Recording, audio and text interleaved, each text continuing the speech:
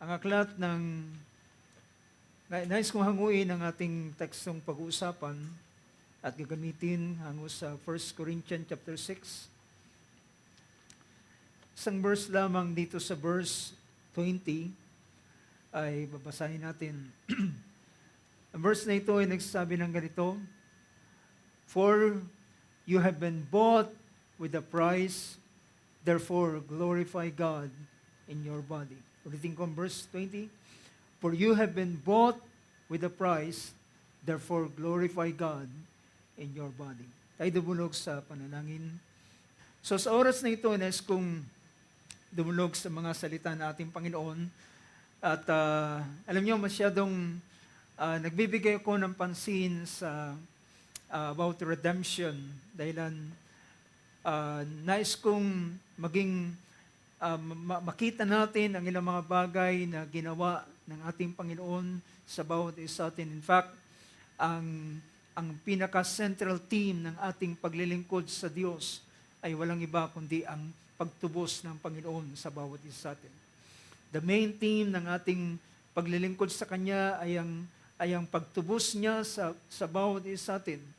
At kung loloobin ng Panginoon, magpapatuloy tayo sa kaisipang ito, sa series na ito, sa iba't ibang bahagi about redemption.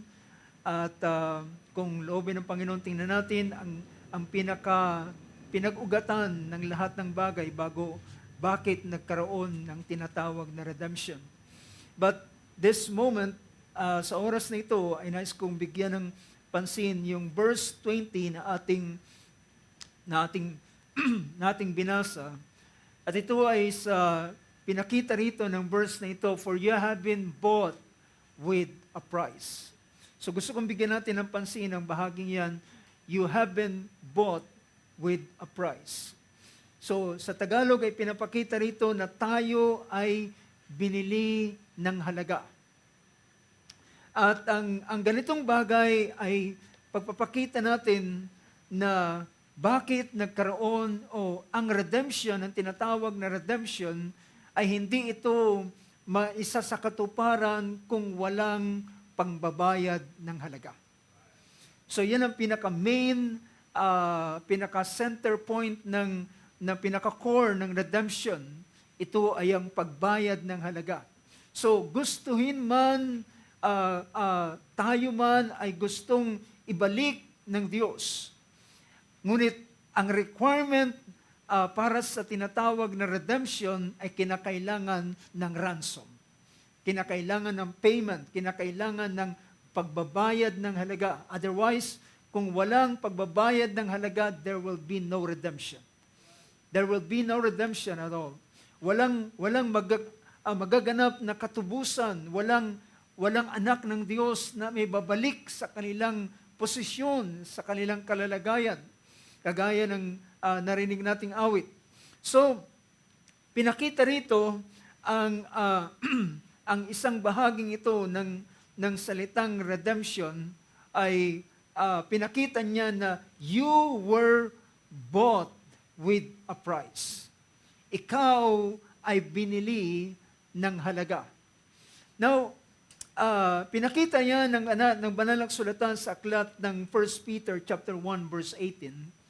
At ito ay maliwanag na pinakita ng katubusan na ginawa ng ating Panginoon sa atin. According to verse 18, ay pinakita roon na hindi tayo, sabi niya, hindi tayo tinubos sa pamamagitan ng mga bagay na nasisira, sa pamamagitan ng ginto o ng pilak mula sa walang kabuluhang paraan ng ating pamumuhay na ating minana sa ating mga magulang. So, ang buhay ng isang tao ay wala siyang magiging pagbabago kung walang katubusan na gagawin ang Panginoon. Ito ay magpapatuloy ang kanyang buhay na walang kabuluhan.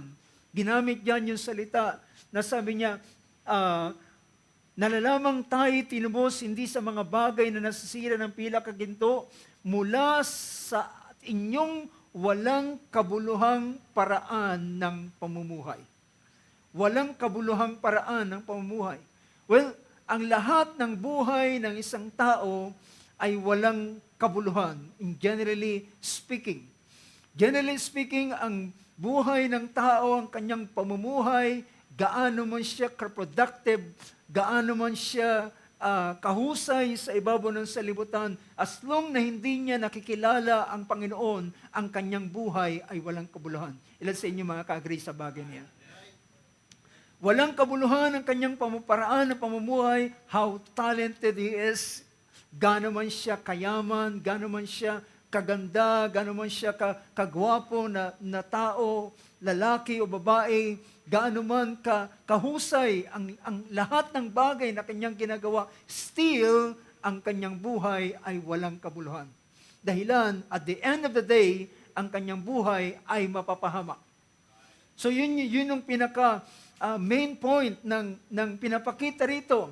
We are redeemed not with perishable things like silver or gold from our futile way of life, yung walang kabuluhang paraan ng pamumuhay, but with the precious blood as of a lamb and unblemished, spotless, the blood of Christ. So, ito ay sa pamamagitan ng mahalaga at mahal na dugo ng ating Panginoon.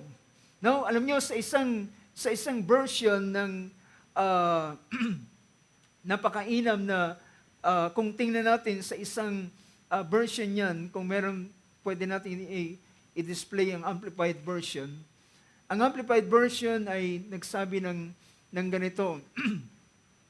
Sabi niya, but you were actually purchased, so yung salita diyan, you are actually purchased with precious blood like that of a sacrificial lamb, unblemished and spotless, the priceless blood of Christ.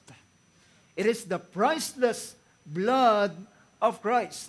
So pinakita riyan yung salitang unblemished, the sacrificial, yung pinakita diyan, like that of a sacrificial lamb, unblemished and spotless. So, pinakita natin na ang naging dahilan bakit ang dugo ng ating Panginoon ay naging mahal, ay unang-una, ang kalalagay niya as sinless. Mamaya ay hapon kung loobin ng Panginoon ay magpatuloy tayo sa isang kaisipan patungkol sa dugo ng ating Panginoon. Pero dito ay pinakita ang pagtubos o ginamit doon sa verse 20 na binabasa natin kanina sa 1 Corinthians na we are or you are bought with a price. Now, yung idea na gusto kong makita natin sa bahaging ito, sa verse 20 na pinapakita, you have been bought with a price. You were bought with a price. Ang gusto kong bigyan natin ng pansin ay yung salitang you.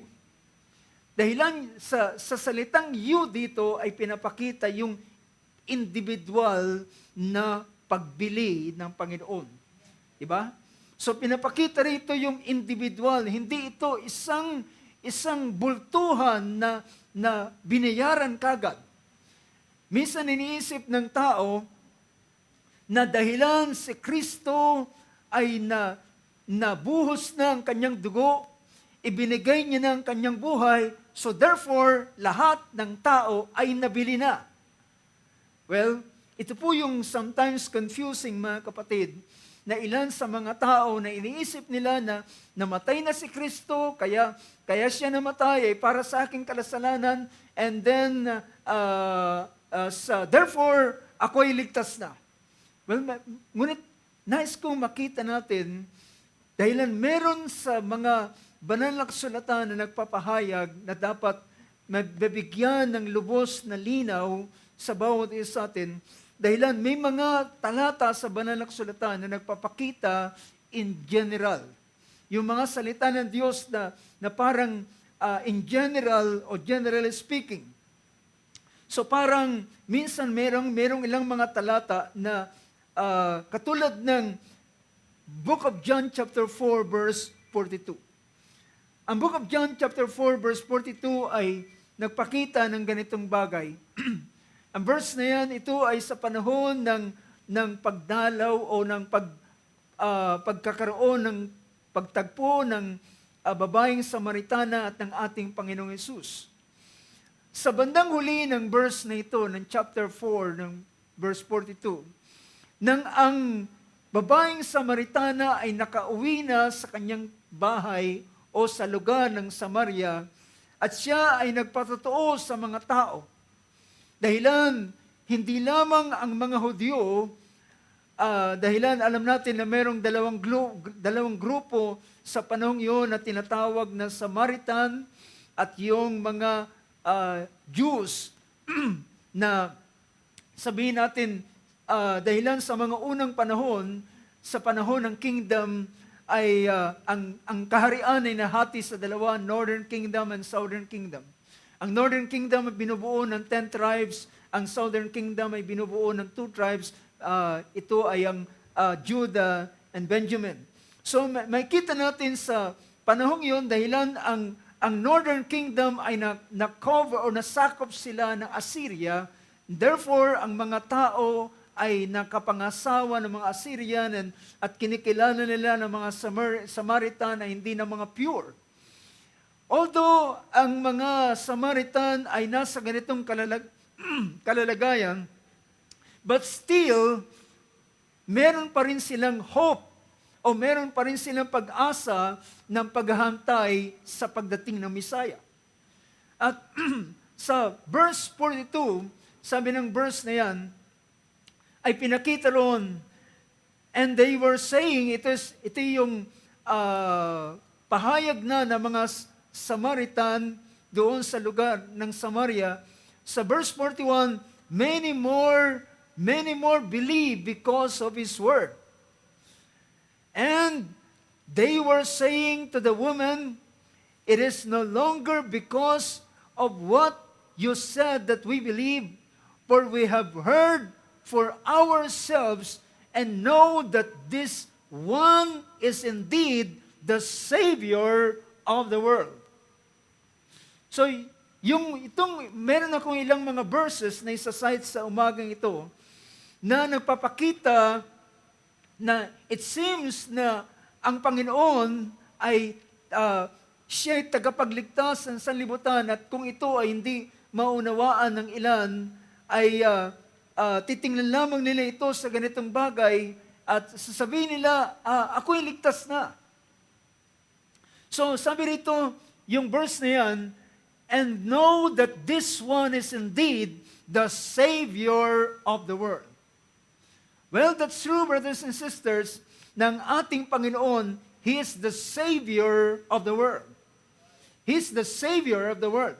Siya'y tagapagligtas ng sanlibutan, ng buong sanlibutan. Siya'y tagapagligtas ng buong sanlibutan. Pero tingnan natin ang ilang pang mga talata sa aklat ng 1 John chapter 2 verse 1 and verse 2. Ang chapter 2 ng 1 John is the same author ng Gospel of John ay siya ring author ng 1 John o ng tinatawag na epistle of John, 1 John, 2 John, and 3 John. Sa chapter 2 verse 1 and verse 2, so pinakita rito na sabi niya, my little children, I am writing this to you so that you may not sin.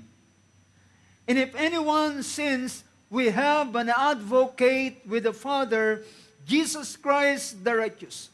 Sabi kong Tagalog, ipinakita dyan, sabi niya, mga mumuntikong mga anak, ang mga bagay na ito ay sinusulat ko sa inyo upang kayo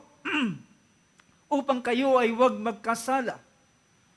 Sabi niya, at kung ang sino man ay magkasala, ay may tagapamagitan tayo sa Ama, si Jesucristo na matuwid. Merong tayong tagapamagitan. At sino ang kanyang ipapamagitan Well, siyempre pa mga kapatid, sila na mananampalataya sa Kanya. Siya ay tatayo para sa kanila na maniniwala sa Kanya. Diba? So, kung ang sinamang tao ay maniniwala kay Jesus, at sabi pa nga ng ating Panginoon, sabi niya, kung ang sino man ay ipagmamakahiya ako, sa araw na yon ay pagmamakahiya ko rin siya sa harapan ng aking Ama at sa harapan ng mga anghel.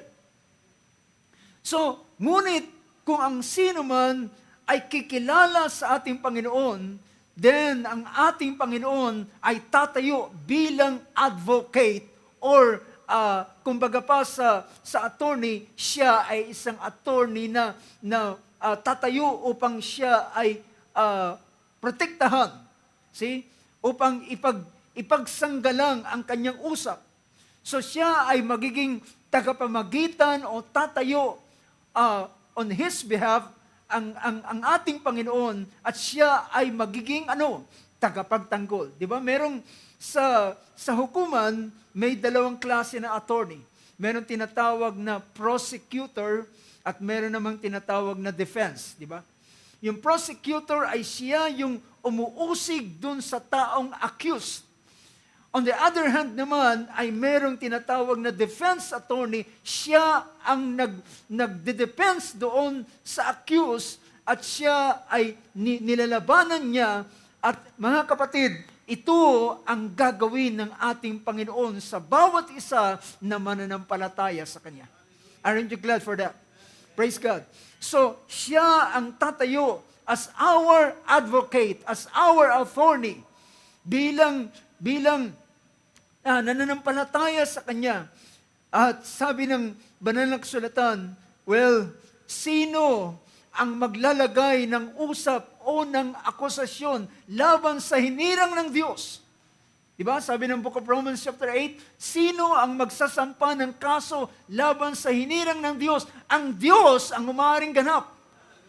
Yan ang pinakamaganda, mga kapatid. Ang Diyos na siyang umaaring ganap, ang siyang, hallelujah, walang sino man na pwedeng magsampa ng kaso sapagkat ang Diyos mismo ang siyang nag-aaring ganap sa kanino?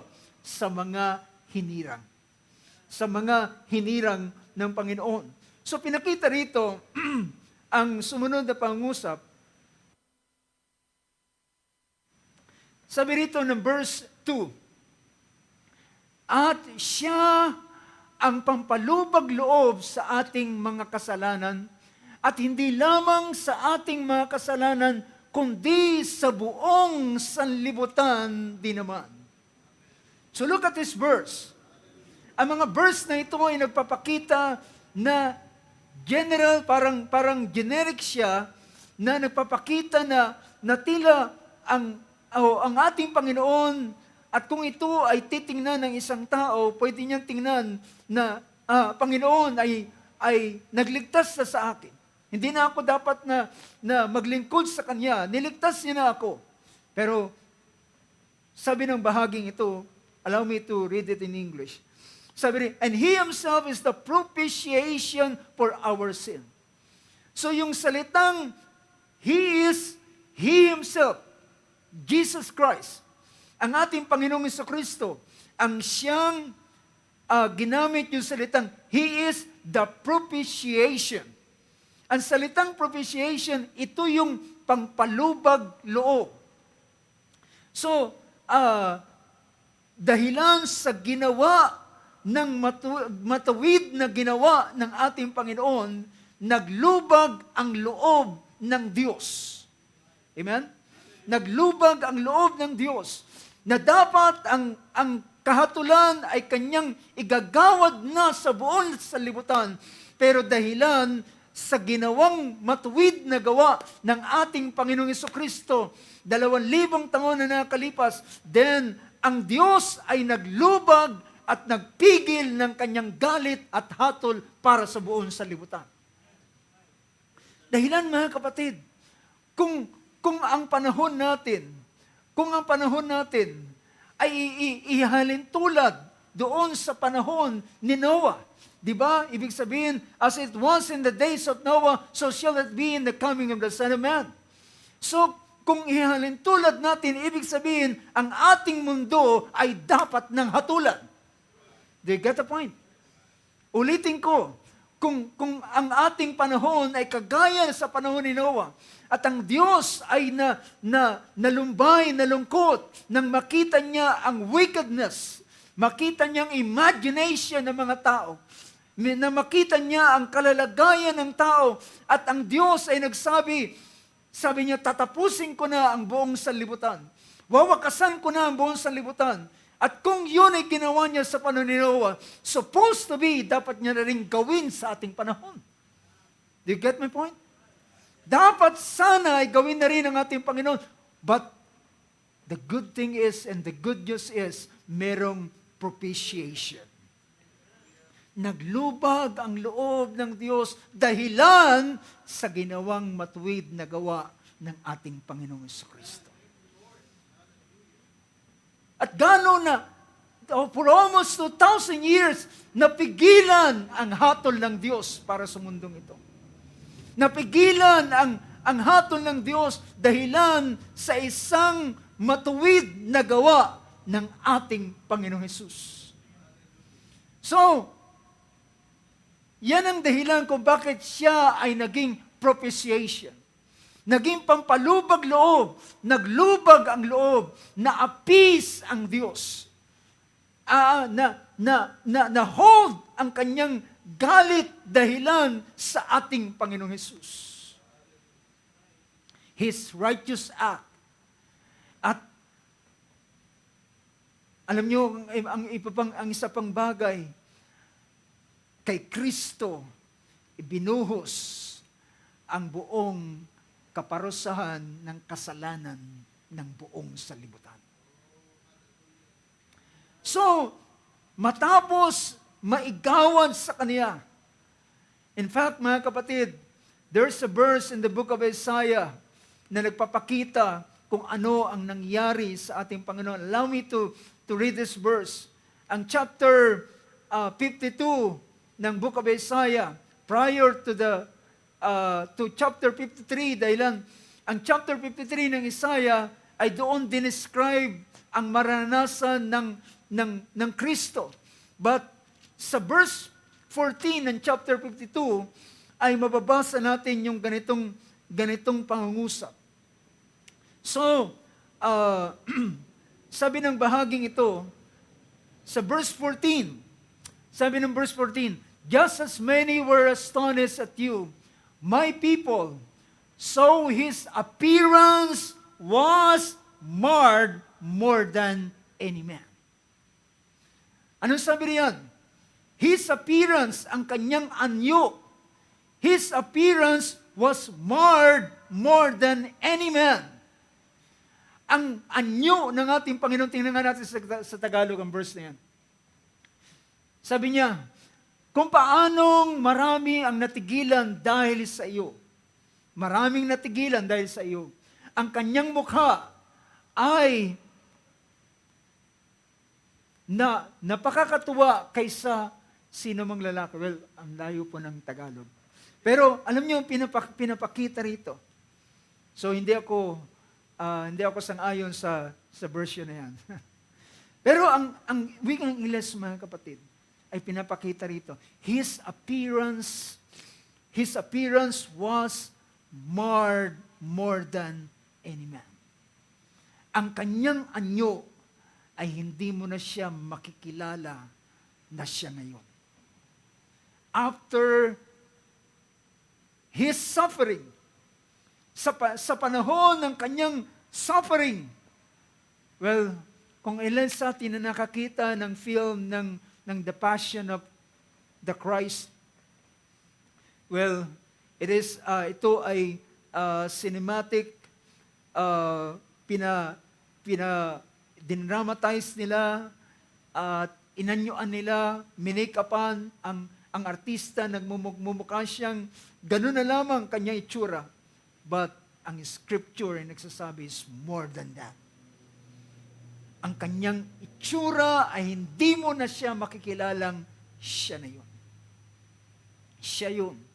Yan ang dahilan habang ang mga babae ay nakatingin sa ating Panginoon. Sila ay umiyak, sila ay tumataghoy, nahahabag sa ating Panginoon. Pero sabi ng ating Panginoon, wag ako ang inyong kahabagan. Kahabagan ninyo ang inyong mga sarili at ang inyong mga anak.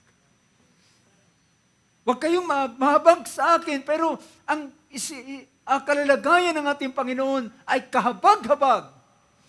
Kalunos-lunos ang kanyang kalalagayan, ang kanyang mukha. Can you imagine, hallelujah, ang ulo ng ating Panginoon ay nag-plate sila ng thorns, na yung mga thorns na yun ay napaka-sharp, napakahaba ng tinik, and they plated a crown of thorns at nilagay nila sa ulo ng ating Panginoon. At diniin nila sa ulo ng ating Panginoon. At ito'y tumusok doon sa kanyang scalp, sa kanyang ulo. At alam natin kung gaano kadugo kapag ang ulo ay nasusugatan. At kapag nagkaroon ng may naka-pierce na thorns doon sa ulo, anong susunod na mangyayari? Ito ay mamamaga. That's the reaction. So, pinapakita rito na ang karanasan ng ating Panginoon, hindi mo siya halos makilala na siya ba yun. His appearance was marred. So I just quote that verse, at ako'y nakita ko ang verse na ito sa biyaya ng ating Panginoon. At so pinakita rito ng banal na kasulatan, He Himself is the propitiation. Ang ating Panginoon has become the propitiation, naglubag ang loob ng Diyos. At hindi niya na nagawang igawad ang galit sa mundo, sa sanlibutan, dahilan ito ay kinuha na by representation ng ating Panginoong Jesucristo. Ito yung vicarious na kanyang ginawa. Siya yung vicar para sa atin. Kagaya ng nangyari si Abraham ay supposed to be handog si Isaac. Tinalian niya na si Isaac. Inilagay na sa ibabaw ng dambana. And sa act to his, so he was about to stab Isaac. Gilitan ng kanyang leeg. Pero siya'y pinigilan ng Diyos. At meron siyang nakitang isang lalaking kordero na siyang inihain at inihandog instead of Isaac. Instead of Isaac, inihandog ang korderong ito na nakita ni Abraham. So, He Himself is the propitiation for our sins, para sa ating kasalanan, and not for ours only, but also for those of the whole world. Not only for ours, but for the whole world. Well, mga kapatid, yes, He became the propitiation for the sins of the whole world. Yan ang dahilan, hindi ginawad ng Diyos ang kahatulan sa sanlibutan, sa mundo, dahilan ang ating Panginoon, He become the propitiation. Siya ang nag-appease. But, it doesn't mean, mga kapatid, it doesn't mean na ang ganitong bagay ay sapat na ito para sa isang tao, na siya ay makampante, na siya ay ligtas na. But brothers and sisters, gusto kong tingnan natin ang ilang pangbagay. Dahilan pinapakita rito. So, pinakita ko ang verse na yan. Ang 1 Timothy chapter 2, verse 3 and verse 4, ay makikita natin ang ganitong pahayag ni Paul sa kanyang pangungusap sa verse 3. Sa 1 Timothy. Sabi rito, well, mapatawag siyang pakita na dapat kayong manalangin para sa mga hari, sa mga nasa authority. Sabi ng verse 3, this is good and acceptable in the sight of God our Savior. So these are mga verse na nagpapakita na parang in general. In the sight of our God, in the sight of God, our Savior. And verse 4, who desires all men to be saved? Who desires all men to be saved? So pwede sabihin, kita mo na, ang gusto ng Diyos, ayaw ng Diyos, ang tao ay mapahamak. Yes. Ang desire ng Diyos that everyone should be saved. Who desires all men to be saved. Yan ang nais ng Diyos. Yan ang desire ng Diyos. Ayaw niya nang sino man ay mapahamak. Gusto niya na ang bawat isa ay hindi mapahamak. Who desires all men to be saved. And the second thing, mga kapatid, ay nagpapakita rito ng kakaibang bagay. Hindi lamang ito in general, kundi merong pinapakitang specific na mga tao na sabi rito, who desires all men to be saved and to come to the knowledge of the truth. At sino ngayon? Oo, bagamat ang Diyos ayaw niyang mapahamak ang sinuman. Ayaw niyang mapahamak ang sinuman. Nais niyang maligtas ang bawat isa. Pero provided na para sila ay maligtas, ay dapat nilang malaman ang katotohanan. The knowledge of the truth. Ito yung binibigyan natin ng pansin dahil ang pinakita rito yung salitang epignosis. Na ang ibig sabihin ay ang tunay na kaalaman.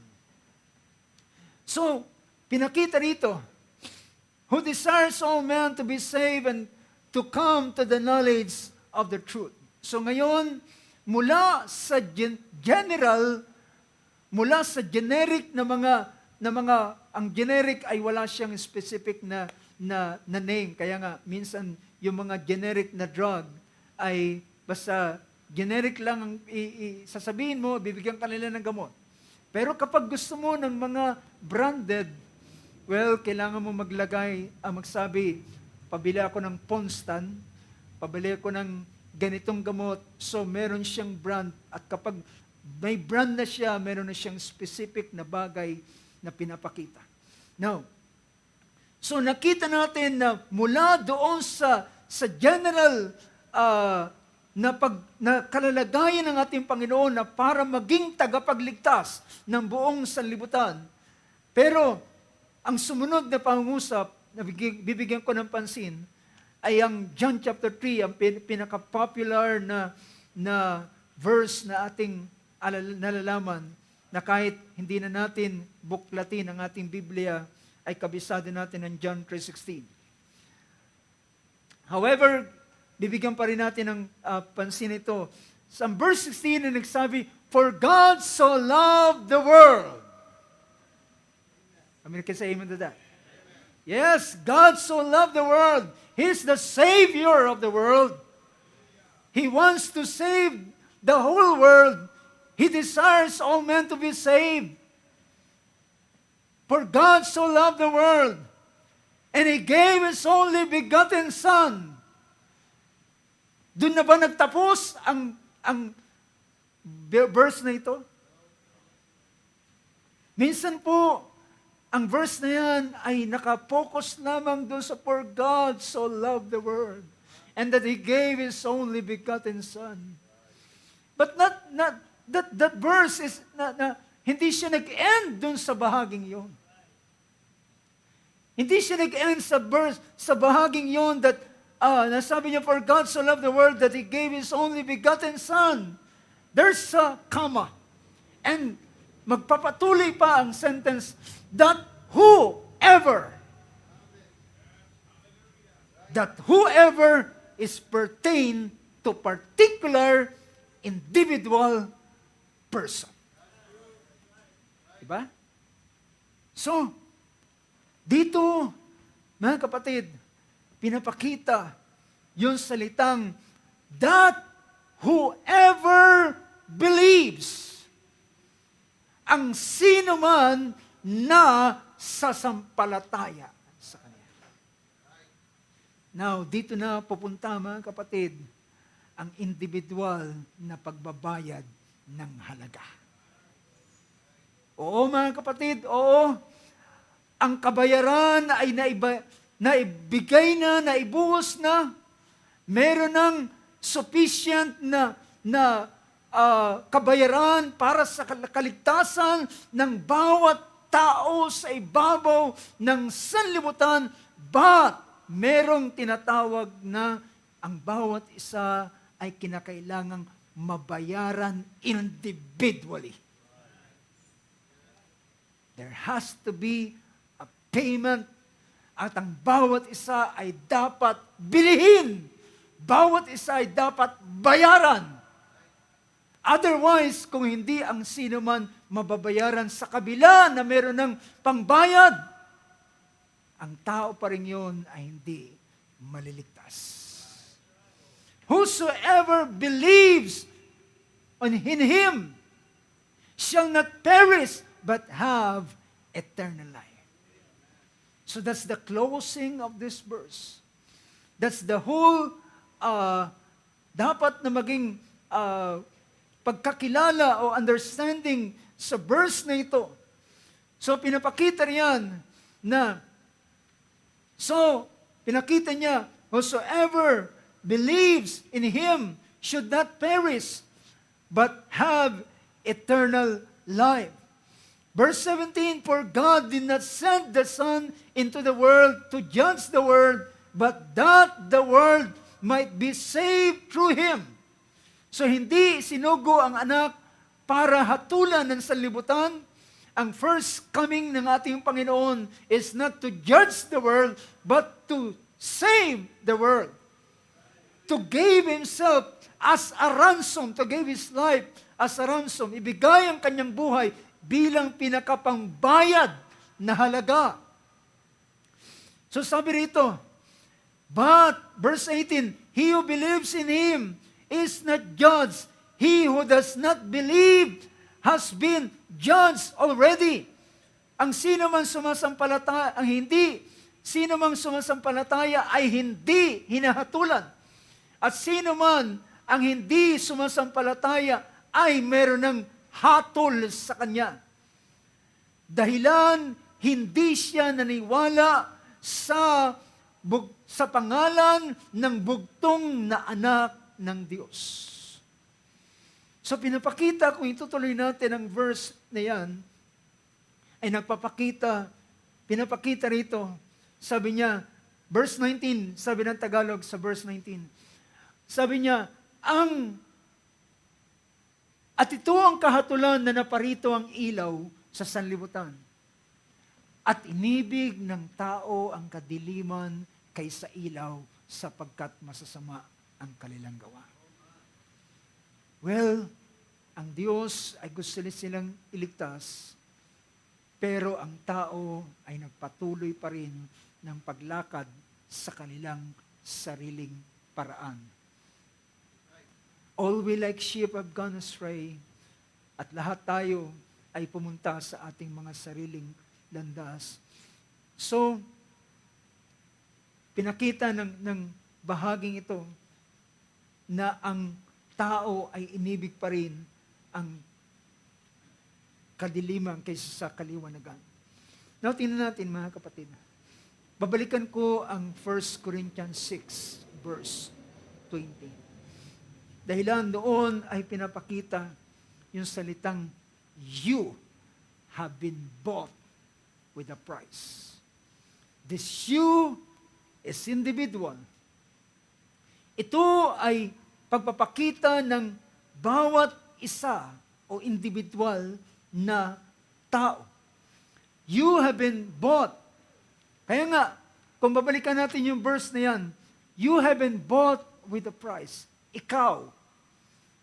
Si Paul ay tinutukoy niya ang bawat tao, individual na mga tao na pinapakita niya, ikaw ay binili ng halaga. Ikaw ay binili ng halaga. Alam niyo ba mga kapatid, merong isang verse na babasahin tayo sa Book of Revelation chapter 5 verse 9. Sabi ng verse na yan,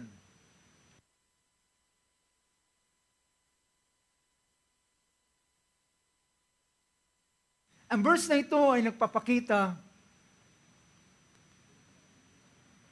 sabi niya ng verse na yan, and they sang a new song saying, worthy are you to take the book and to break its seals, for you were slain and purchased for God with your blood men from every tribe and tongue and people and nation. For you were slain. Ang tinutukoy dito ay ang kordero na kumuha ng aklat na merong 7 tatak doon sa nakaupo sa trono, at ng kanyang kunin ito, nagalak ang buong sangkalangitan at nagkaingay sila at nagsabi sila, you were slain and purchased for God. Binili mo kami. Purchased for God. Purchased for God with your blood. So mga kapatid, ang dugo ng ating Panginoon ay naging kagaya ng salapi na pangbayad, naging isang, hallelujah, parang naging isang currency, naging isang monetary na pwedeng ipangbili at ipangbayad ang dugo ng ating Panginoong Hesukristo. For and purchase for God with your blood men from every tribe, nations, and tongue. Now, yung salitang purchase, mga kapatid, alam niyo ba yung salitang purchase? Ang salitang purchase diyan ay ang Greek word niyan ay agorazo. Alam niyo ba yung salitang agorazo? Yung salitang agora ito ay marketplace sa Greek. Yung salitang agora. So kapag nakakita kayo ng salitang agora, ang ibig niyan sabihin is market. Marketplace. Yung salitang agorazo ay ang meaning niya na ito. Properly to go to market, there is by implication to purchase. Pag pumunta ka sa market, mga kapatid, well, hindi naman siguro napakarami mong pera na sabi mo, bibilin ko lahat ng narito sa market na ito. Diba? Pagdating mo sa market, maglalakad ka at titingnan mo kung ano ang iyong gustong bilhin at pipiliin mo ang bawat iyong bibilhin. Kung pumasok ka man ng grocery store, kukunin mo, pipik mo ang kung kailangan mo ng delata, yung brand na gusto mo ang kukunin mo. Daan ka doon sa mga sabihin natin, sa mga isda, o daan ka man doon sa mga, lahat ng mga commodities na naroon, ay kukuha ka. At yun yung ibig sabihin ng salitang agorazo, yung salitang purchase for God. Ano ang sabi ng ating Panginoon? Nang siya'y dumating dito sa ibabaw ng salibutan, dahilan ng kasama niya ay mga makasalanan. Ang kasama niya ay mga sinners. At sabi ng mga Pariseo, ang taong ito ay nakikisama sa mga publikano, sa mga makasalanan. Siyang gusto niya lagi makasama. Ang sabi ng ating Panginoon, naparito ako para hanapin ang nawawalang tupa ng Israel. Naparito siya para kunin at ipik ang bawat isa na mga nawawalang tupa ni Israel. At sabi niya, naparito ako, hindi para sa matuwid, kundi para sa mga makasalanan. So yung salitang agorazo, mga kapatid, yung salitang purchase, ay ito ay pagtawag o pagbili individual. Kaya hindi ito isang bultuhan na bilihan. Kaya makikita natin sa banal na kasulatan ang malinaw na bagay na sinasabi ng Romans chapter 8. Ano sinabi ng Romans chapter 8 verse 29? Ano sabi ng verse na yan? 8:29, sabi niya, for those whom He foreknew, sila na kanyang, sabi ka Tagalog, sabi niya, sila na kanyang nakilala, sapagkat yaong mga nanguna pa'y kanyang nakilala.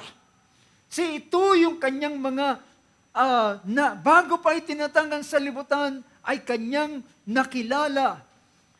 At sabi rito, ay kanyang nakilala, ay itinalaga niya.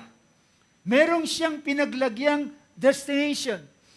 Tinalaga naman niya na maging katulad niya sa kanyang mga anak upang siya maging panganay sa mga pagkakapatid. Verse 30. At yaong mga itinalaga niya ay kanyang tinawag naman. Yung salitang pagtawag dito ay individual. Diba? Ito ay individual na paggawa ng Panginoon. At ang bawat individual na tatawagin, ang bawat individual ay babayaran ng halaga. Bibigyan ng pambayad. Babayaran ng halaga.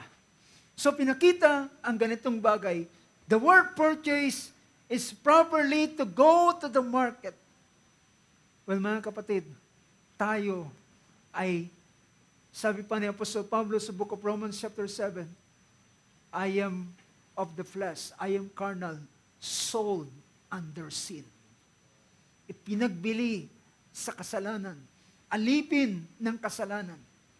So, ang pagparito ng ating Panginoon ay para sa individual. Upang ang kaligtasan ng bawat isa ay hindi niya ikakabit doon sa kanyang tatay. Hindi niya ikakabit doon sa kanyang nanay, kapatid o sino man na kanyang mahal sa buhay, kundi ang kaligtasan ay individual na pagbabayad ng halaga sa bawat isa. You were bought with a price. Ikaw ay binili ng halaga. So, sa pagpapatuloy ng kaisipang ito, so, tingnan natin ang isang bagay. So, mula sa general, ay makikita natin na parang nanarrow ang ilang bagay. Na tingnan natin ang Matthew 20 verse 28.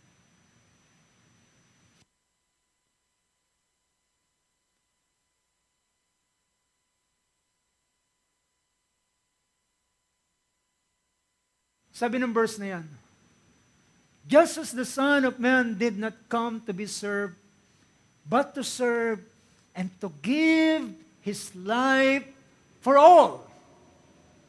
Is that the verse? Ang salita dyan ay ginamit ang ganito.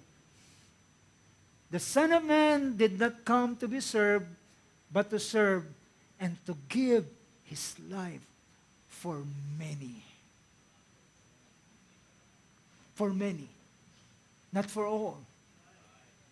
Because ang kanyang hallelujah tutubusin ay alam natin mga kapatid, ito ay ang kanyang mga napili, na kanyang bahagi sa pasimula pa.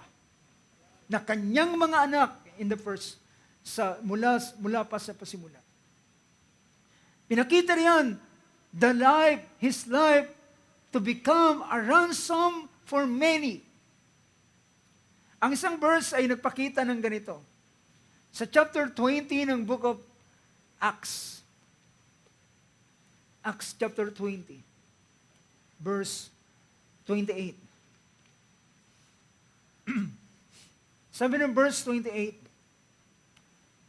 Be on guard for yourselves and for all the flock among which the Holy Spirit has made you overseers. To shepherd what? To shepherd the church of God, which He purchased with His own blood. Now, kung meron man siyang biniling buo, ay ang pinapakita rito ay ang iglesia ng Diyos. Nakikuha niyo mga kapatid, ang church of God, ang iglesia ng Diyos, datapat ang iglesia ng Diyos ay sila ay binubuo ng mga individual na tinatawag ng Panginoon. Diba? Sila lahat. So iba yung propitiation na ito ay nakatulong o nakaepekto, nag-benefit ang buong sanlibutan sa naging propitiation ng ating Panginoon. But, ng kanyang bilhin, pinakita rito, ang kanyang binili ay ang iglesia ng Diyos. Kung meron mang kabuuan na kanyang pinapakita, ang kanyang binili is the church of God. And this church ay binubuo ng bawat isa na individual na idinaragdag sa iglesia. Di ba? Sabi ng Book of Acts, chapter 2, kung hindi magkamali. So, pinakita niyan. So, sabi niya, the church of God which He purchased with His own blood. Now, ang salitang pagbili ay makikita natin, alam nyo, ang salitang bought, ito ay past tense ng salitang buy. Yung salitang buy or bought, yung pagbili, ang meaning niya, according to dictionary, ay pinapakita, is an act of acquiring possession. Ibig sabihin, ang pagbili ng ating Panginoon, hindi lamang para bayaran ka at binayaran ka ng halaga at ligtas ka na and then pwede mo nang mabuhay ng gusto mo. Well, tandaan natin, ang pagbabayad ng halaga, ang pagbili, ay it is an act of acquiring possession. Kaya ka binili para ikaw ay maging kanyang pag-aari. Acquiring possession, ownership, para maging kanyang pag-aari. Possession kanya. Kaya ka binili. Yan ang ibig sabihin ng salitang pagbili, mga kapatid. Kaya nga sabi ng verse doon sa unang pangungusap ng 1 Corinthians 6, you are not your own. You were bought with a price. You are not your own. Ikaw, ngayon, nang ikaw ay binili, merong nagmamay-ari sa iyo.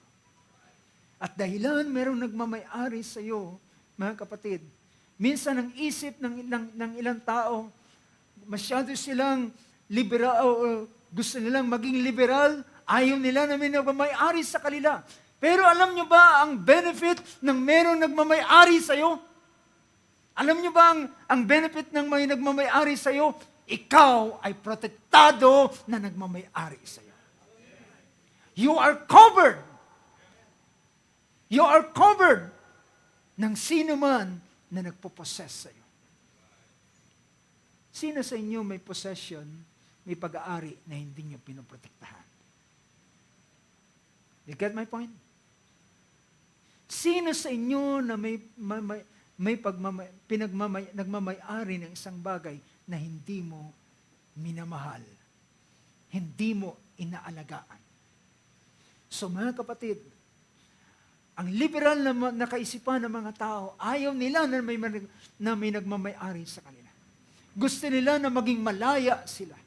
Gusto nila na maging gawin ang kanilang gusto. Well, kung gusto mong gawin ang gusto mo, at the end of the day, ikaw naman ay mapapahamak dahilan walang nagpoprotekta sa iyo. Walang magpoprotekta sa iyo. Walang magmamalasakit sa iyo. Pero dahilan ikaw ay kanyang possession, ikaw ay kanyang pag-aari, anuman ang mangyari sa iyo, sagot kanya. Amen. Anuman ang iyong pagdaraanan, siya ay He will see you through. Babantayan kanya at titingnan kanya. Mga kapatid, I hope maintindihan natin ang salitang you are bought with a price. Because you are bought with a price, someone owes you. Merong nagmamay-ari sa iyo.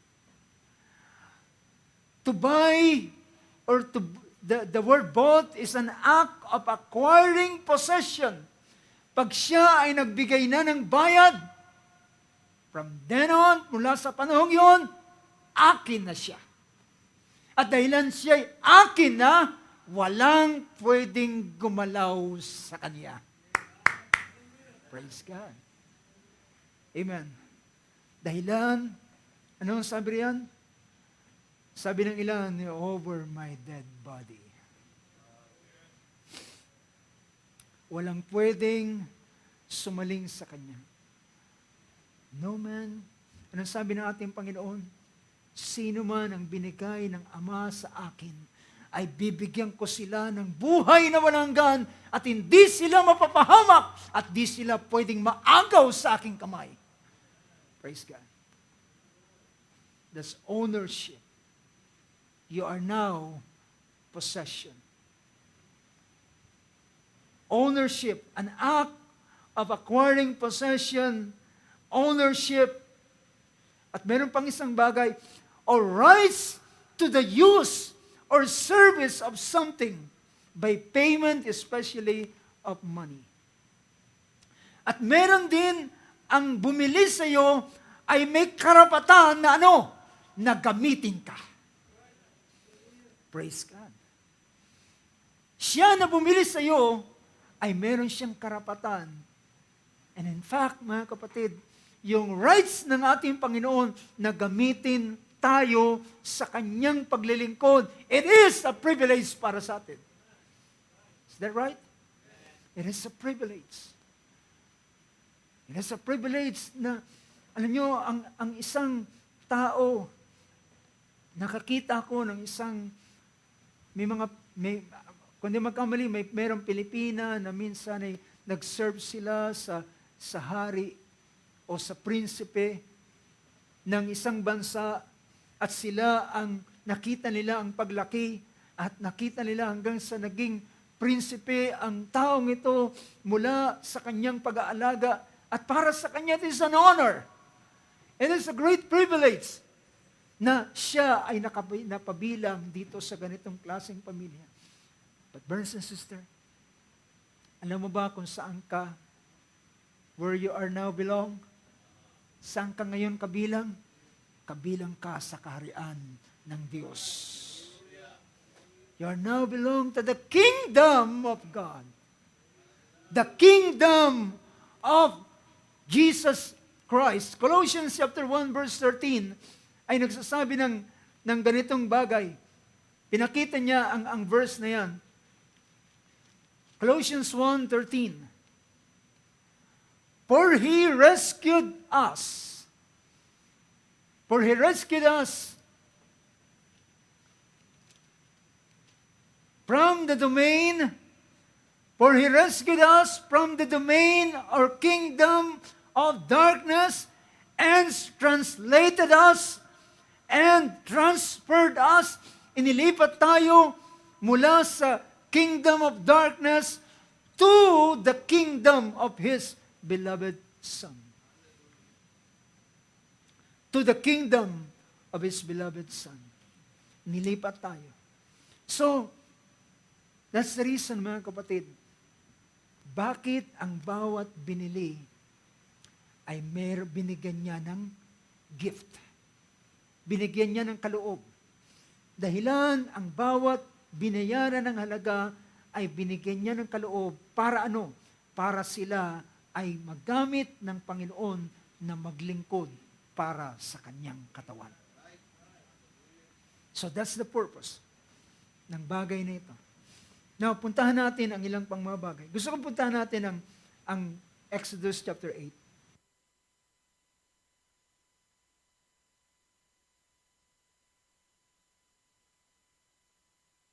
Ang verse 20 hanggang verse 22 ay titingnan natin ang ilang mga bagay. Verse 20 to verse 22 ay pinakita roon ay ang pag-utos ng Diyos kay Moses. Sabi niya sa wikang Tagalog, sabi niya kay Moses, bumangon ka at ikaw ay pumunta doon bumangon kang maaga at sa kainumagahan ay tumayo ka sa harapan ni Paraon. Narito'y siya nasa tubig at sabihin mo sa kanya, ganito ang sabi ng Panginoon, palayain mo ang aking bayan. Now, sabi ng ating Panginoon kay Pero sa pamamagitan ni Moses, palayain mo ang aking bayan. Now, ang bayan ng Diyos ay dili ba ang anak ni Israel, ang anak ni Abraham, na naroon sa malaking bansa ng Egypt. I hope you're following me. At doon sa malaking bansa ng Egypt, na naglalarawan ng buong sanlibutan, ay merong isang lugar doon na tinatawag na Goshen, the land of Goshen, na naroon ang binhi ni Abraham. So mula doon sa malaking Egypt na naglalarawan ng buong mundo, ay ilalabas niya ang kanyang bayan. At dito magkakaroon ng paghihiwalay o distinction sa pagitan ng bayan ng Diyos at ng bayan ng Ehipsyo. Kaya, ang sabi rito, sabi niya, palayain mo ang aking bayan upang sila'y makapaglingkod sa akin. The next verse, sabi niya, at saka kung hindi mo papalayain, payaunin ang aking bayan ay magsusugo ako ng pulupulutong na langaw sa iyo, maglalagay siya at sabi niya, at sa iyong mga lingkod at sa iyong bayan at sa loob ng iyong mga bahay at ang mga bahay ng mga Ehipsyo ay mapupuno ng pulupulutong ng mga langaw, gayon din ang lupa na kinaroroonan nila. Verse 22. At aking ihihiwalay sa araw na iyon ang lupain ng Goshen na kinatatahanan ng aking bayan upang huwag magkaroon doon ng pulupulutong na langaw nang iyong malaman na ako ang Panginoon. Now dito ay pinapakita ng verse na ito na sabi niya, magkakaroon ng distinction sa pagitan ng sa verse 23, dito sa wikang English, I will put a division between my people and your people. Tomorrow, this sign will occur. So pinapakita niya na magkakaroon ng ganitong pagkakaiba. So dito, titingnan natin. Now, pansinin ninyo, sa ilang sandali bago natin i-conclude ang ating kaisipang binibigyan ng pansin. Bago ilabas ng bayan, ng Diyos ang bayan ng Israel, mula sa malaking bayan ng Egypt. So, dito ay pagpapakilala na ang kanyang binili, ang kanyang tinubos ay ang bayan ng Diyos na naroon sa Goshen. At ito ay ang binhi ni Abraham. At doon sa isang bahagi ng chapter 12 ng book of Exodus, kung ating bibigyan ng pansin ang ilang mga pangungusap. Pinakita rito we know the story, mga kapatid, kung paanong binili at tinubos ng Diyos ang Israel mula sa bansa ng Egypt. Sa bandang huli, hindi sila nakalabas sa pamamagitan ng mga salot na pinadala ng Diyos sa kanila, sa langaw, palaka, kadiliman, granizo, locust, mga bagay na yan. Hindi doon naganap ang paglaya nila. Dahilan, hindi yun ang pangbayad na halaga. Dahilan ng pambayad na halaga ay walang iba na inilagay ng Diyos, kundi ang dugo lamang. Tanging ang dugo lamang ang magiging daan para maging pangbayad, at kapag ang dugo ay naibigay, ang kalayaan ay magaganap. Hindi ba kayo nagtatanong bakit hindi nangyari sa ibang mga salot? Na napakasibir na ng mga salot, pero hindi sila lumaya. Not until na merong dugo na inilagay. Merong dugo na pinatigis. Verse 7 ng chapter 12 ng Exodus, moreover, they shall take some of the blood and put it on the doorpost. Alam na natin yung, kung tataas natin sa verse 3. Speak to the congregation of Israel, saying, on the 10th day, the 10th of this month, sa ikasampung araw ng buwang ito, pagdating na ikasampung araw, kukuha sila ng kordero. At yung kordero, sabi ng verse 3, sabi niya, took for themselves a lamb for themselves according to their father's household, a lamb for its household. Now, tingnan natin. Ang bawat doon sa pagbili ng Panginoon sa Israel para sila'y makalaya, merong pagbabayad na ginawa sa kanila. Ang kordero ay para sa bawat pamilya. Para sa bawat sambahayan. Bawat sambahayan ay isang kordero. So makikita natin ngayon yung tinatawag na individual na pagbili. Nakukuha niyo ba ako, mga kapatid? Yung pagbili sa individual, hindi ito sa isang kabuuan, kundi ngayon, naroon siya sa bawat sambahayan, for example, bawat isang pamilya.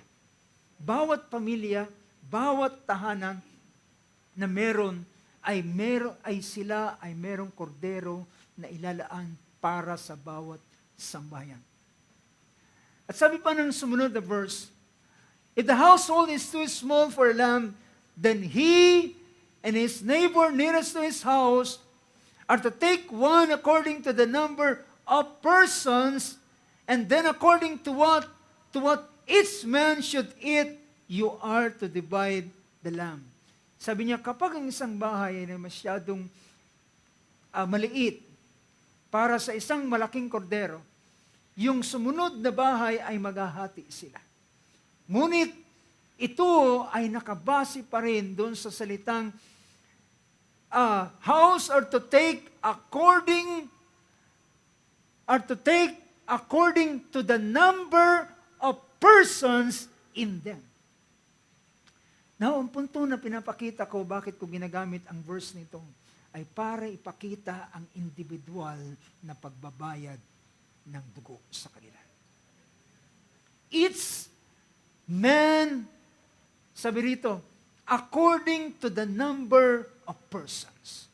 Kung ilan ang naroon, yun ibibilang para sa bawat korderong papaslangin sa bawat sambayan. So, pinapakita rito, ang pagbabayad ng halaga, hindi Hindi ito pangkalahatan, kundi ito pinapakitang individual. So pinakita, sabi niya, pagdating ng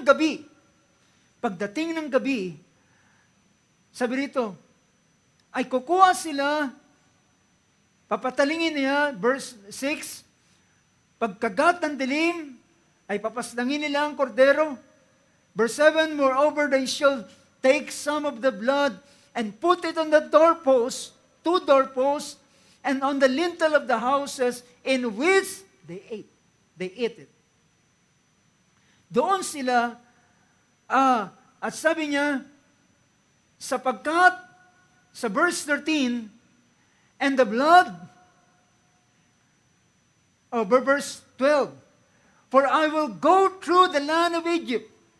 Ako ay dadaan sa gabing iyon, sa buong lupain ng Egypt, sa gabing iyon, and I will strike down all the firstborn. Aking sasaktan ang lahat ng mga panganay doon sa lupain ng Egypt. Bawat tao at hayop laban sa mga Diyos ng Ehipsyo. Ako ay magsasagawa ng kahatulan. And verse 13, and the blood shall be a sign to you on the houses where you live. And when I see the blood, I will pass over you, and no plague will befall you to destroy you when I strike the land of Egypt.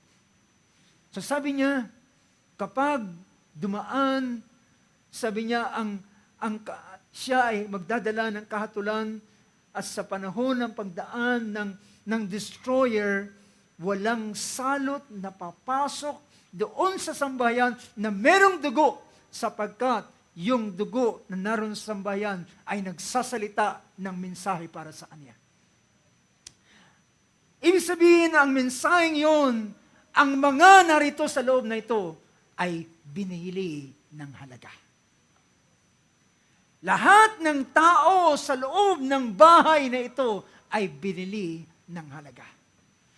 At kapag nakita yung dugo na naroon sa 2 poste at sa itaas ng pintuan, ay nagpapakita, hallelujah, hindi siya pwedeng pumasok dahilan yun ay nagsasabi, bayad na ang lahat ng tao sa loob ng bahay nito. Now, mga kapatid, nakita natin ang ganitong bagay. Sa sumunod na verse, sa verse 20. Sa verse 23 na lamang. Sabi niya, for the Lord will pass through to smite the Egyptians. And when He sees the blood, and on the lintel and on the 2 doorposts, the Lord will pass over the door and will not allow the destroyer to come into your houses to smite you. Hindi siya pwedeng makapasok. Ang destroyer, he will remain doon lamang sa labas at lalagpasan niya ang sambahayan yun sapagkat binili ng halaga ang mga tao sa lugar na yan. Praise God. And he will proceed to another door. At kapag nakita niya ang pintuan ay walang dugo, he will come in. Siya'y papasok doon sa bahay na yun. At lahat ng panganay, babae, lalaki, tao, hayop, nanay o tatay ko, ang 2 mag-asawa, parehong panganay, patay ang lahat, ang mag-asawa. Ang panganay nilang anak, patay. Ang panganay na hayop, baka, tupa, kambing, lahat ng panganay, patay. Ang matitira lamang ay ang mga hindi panganay. Now, sa isang bahagi, mga kapatid, nakita natin ang ganitong, sa Old Testament ay may pinapakitang isang paraan paano ibinibigay ang pagbabayad or ang paano ina-apply ang dugo. Natandaan natin, ang dugo ay kagaya ng pagbabayad ng halaga. At ang dugo, at ang sino man ninilapatan ng dugo, ibig sabihin, siya ay binili ng halaga, siya ay pag-aari na, walang sino man na pwedeng gumalaw sa kanya, at siya ngayon ay meron ng karapatan na maglingkod doon sa bumili sa kanya. Merong isang pangyayari sa ordinance ang Panginoon sa Leviticus chapter 8, verse 22 to verse 24. Ang sabi ng verse na yan, Leviticus 8:22. Sabi sa verse na ito,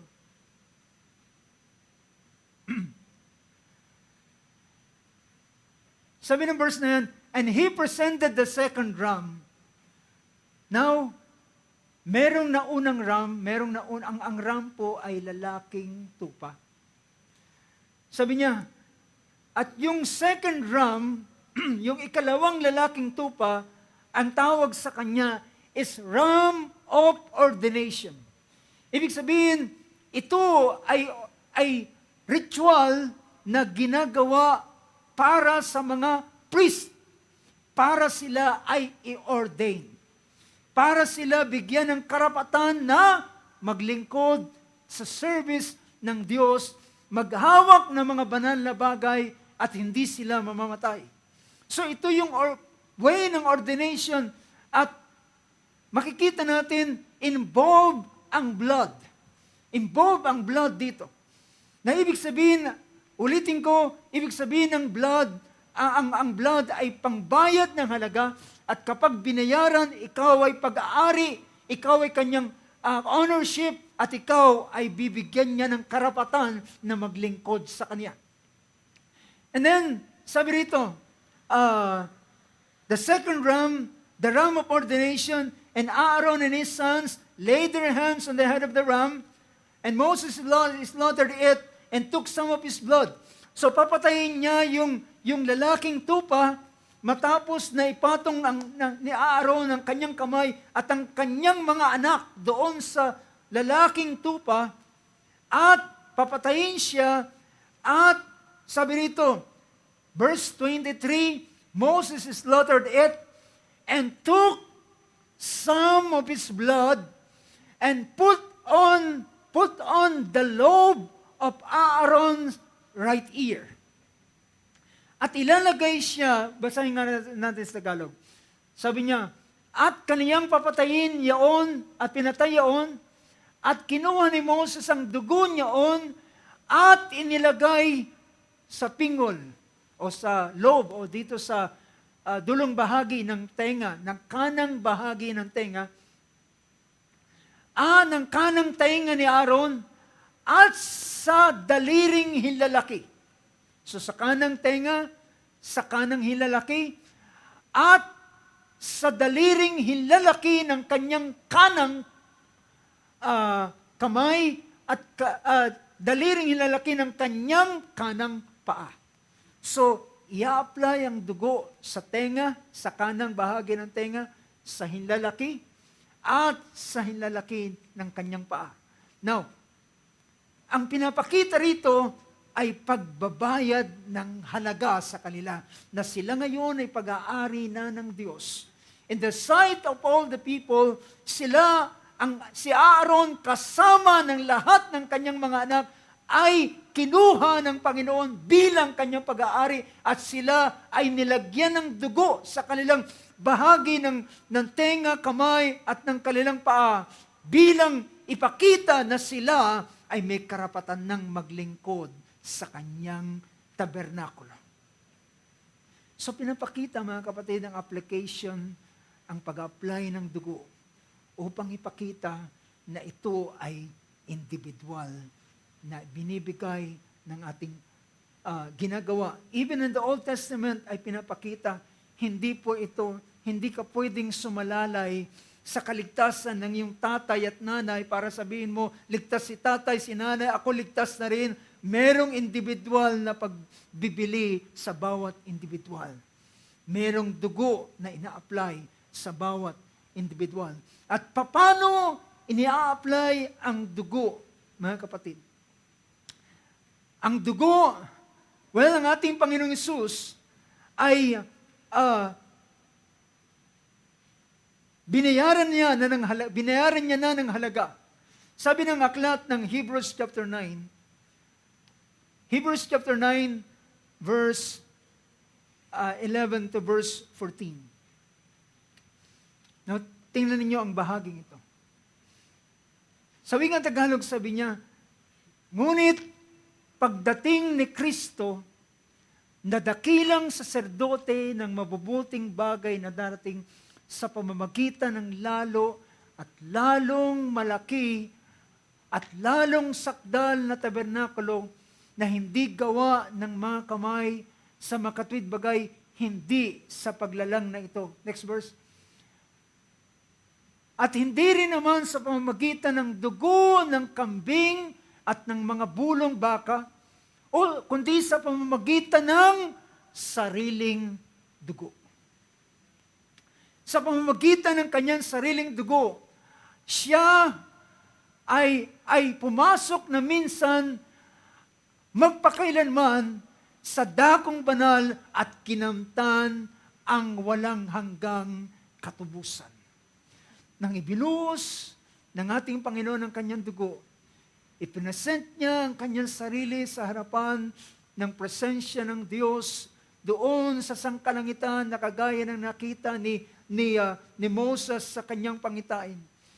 At nang ipinesent niya ang kanyang sarili, anong sabi niya? Basahin natin sa Wikang Ingles. Sabi niya in particular in verse 12. And not through the blood of goats and calves, but through His own blood. He entered the holy place once for all, having obtained eternal redemption. Ang idea ng high priest in the Old Testament, pag siya'y nakalabas ng buhay after, in the Day of Atonement, pag lumabas siya ng buhay, ibig sabihin, tinanggap ng Diyos ang kanyang hain. At siya at ang bayan ay napatawad. Siya'y napatawad sa kanyang kasalanan at sa high priest. At ang bayan ay napatawad din ng kanilang kasalanan. At sila ay masayang sasalubungin ng high priest at masisiyahan sila dahilan nakalabas ang high priest. He obtained sa araw na yon ang kapatawaran para sa taong yon. But ang ating Panginoong Jesucristo as a high priest, when He presented Himself in the presence of God, nang ipinesent niya ang kanyang sarili sa presensya ng Diyos, at ang Diyos ay nalugod sa kanyang hain, then ang kanyang kinamtan? Kapatawaran sa isang taon? No, it is an eternal redemption. He obtained eternal redemption. Ang kanyang kinamtan ay hindi para patawarin sa isang taong kasalanan at sa susunod ay kinakailangan na naman maghain. Ang kanyang kinamtan ay walang hanggang kapatawaran o katubusan para sa lahat. Dahilan ng sumunod na talata sa verse 22, sa pamamagitan ng dugo, lahat ng bagay ay nalilinis. At sinabi ng verse 22, kung walang pagbubuhos ng dugo, ay walang kapatawaran. Now, dadali natin ito sa conclusion, mga kapatid. Ngayon, ang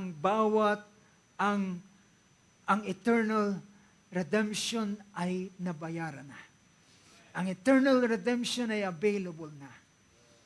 Ngayon, ang kinakailangan, ang bawat isa ay mabili ng halaga. So, paano sila magkakaroon ng ugnayan dito sa eternal redemption, kundi sa pamamagitan ng pananampalataya sa ginawa ng ating Panginoon, at magkakaroon sila ng ugnayan dito sa eternal redemption na ito, at sila ay tatanggap ng ganitong bagay. At sa ganitong pagpapahayag, yan ang dahilan, ang sabi ng ating Panginoon sa mga alagad after His resurrection, go into all the world and preach the gospel. He who believes and is baptized shall be saved. Ito ngayon ang individual na pagbili ng halaga. ang bawat isa na sasampalataya, he who believes and is baptized, ay meron siya ngayong access doon sa biyaya ng Diyos. Ang eternal redemption nito ay nagkakaroon siya ng access para matanggap niya ang ganitong kaligtasan. Well, mga kapatid, makikita natin sa ganitong bagay, ito yung tinatawag na disenyo ng Diyos para ang bawat isa ay masiguradong mabili ng halaga.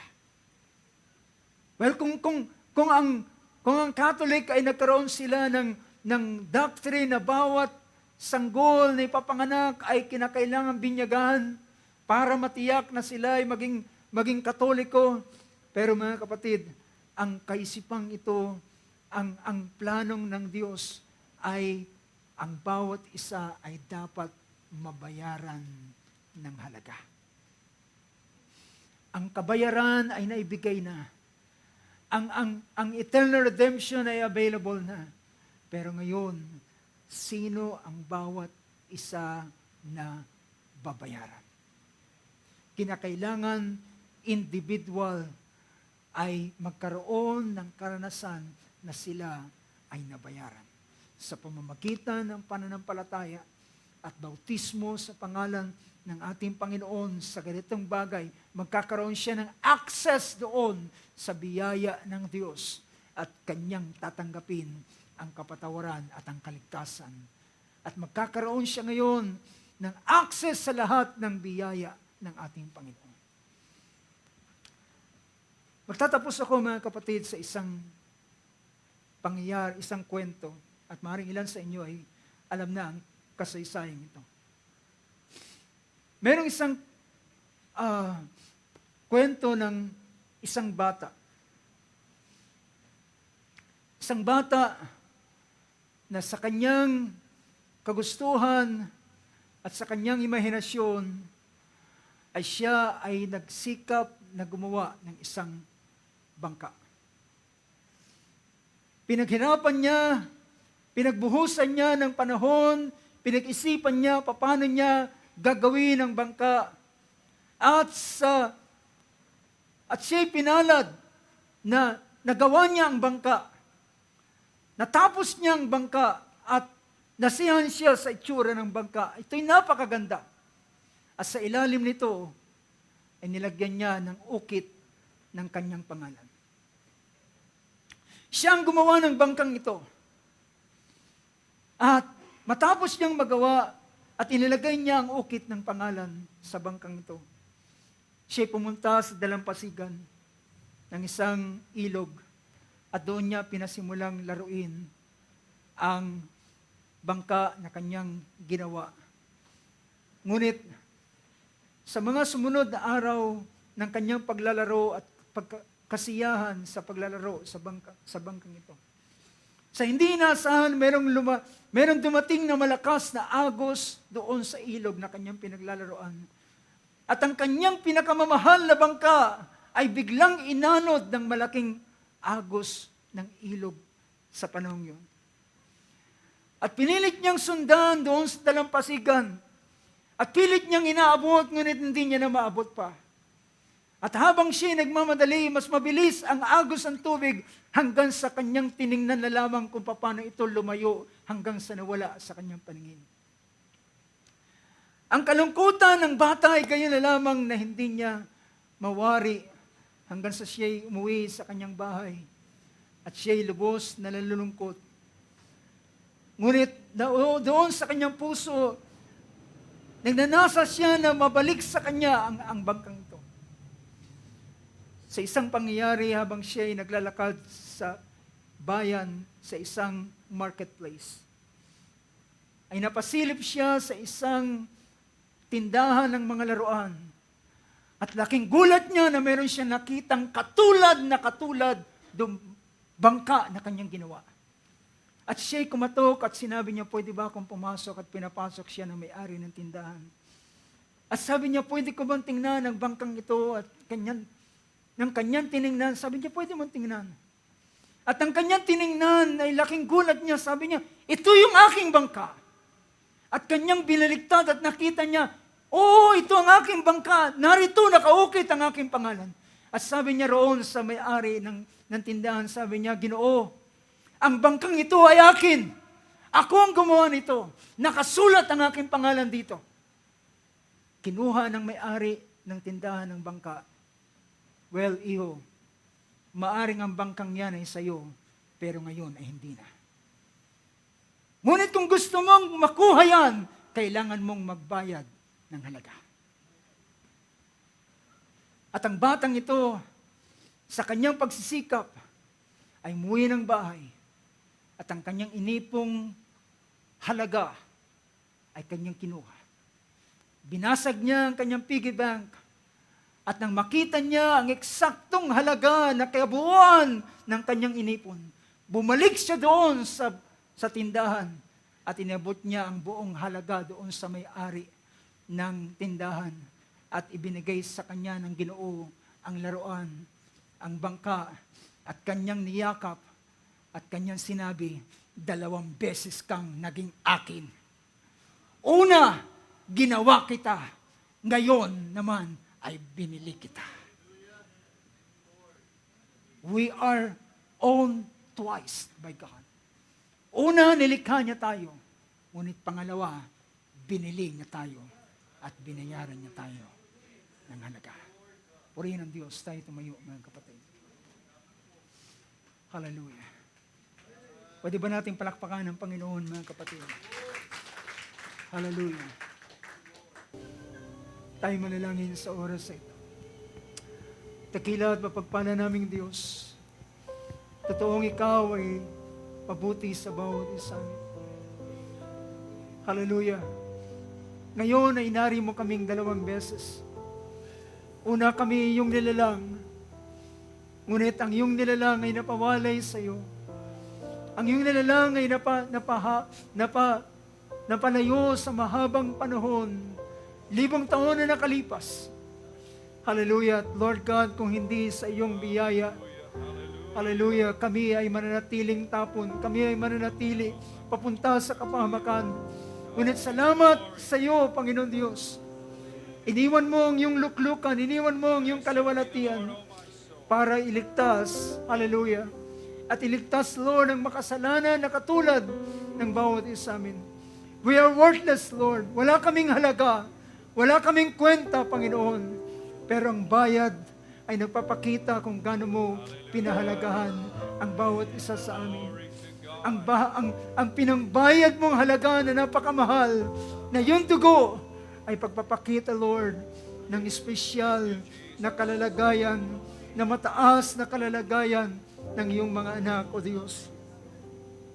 Lord God, sa oras na ito, we are bought with a price. And I am bought with a price, Lord. Ang bawat isa amin ay binili ng halaga.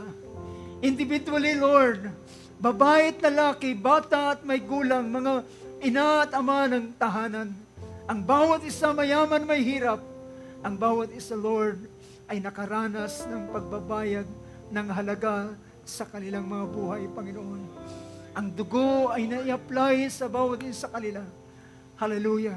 At ngayon, Panginoon Diyos, ang tatak ng dugo ay nasa bawat isa sa amin.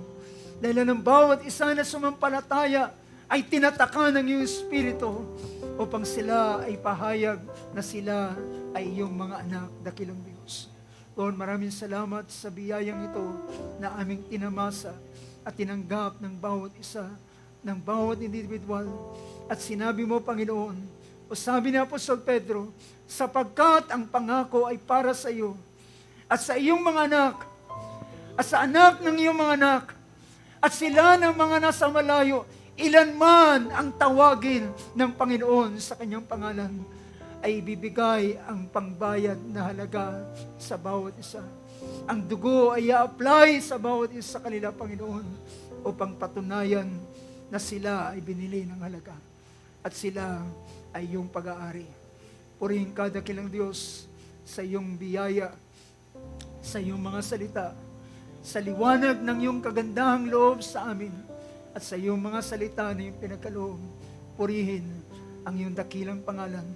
Ibinabalik namin sa iyo ang karangalan sa pangalan ng aming Panginoong Kristo Jesus.